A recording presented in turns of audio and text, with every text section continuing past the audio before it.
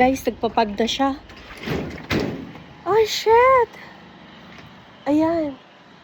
Oh my God! Ayan, kanina may mga bahay pa dyan. So, wala na tayo nakikita ang bahay. Ah, grabe. Kapag na siya. Wala na nakikita.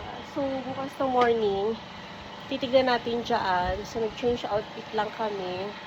So, ayan. Ganda ng view. Lamig. Sobrang lamig. Lamig, guys. Ayan o. Grabe yun.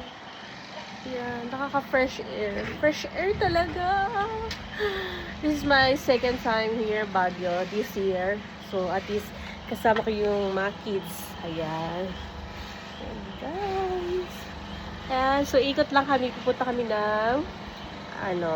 ng Diplomat, Hotel and Botanical Garden. So, ayan.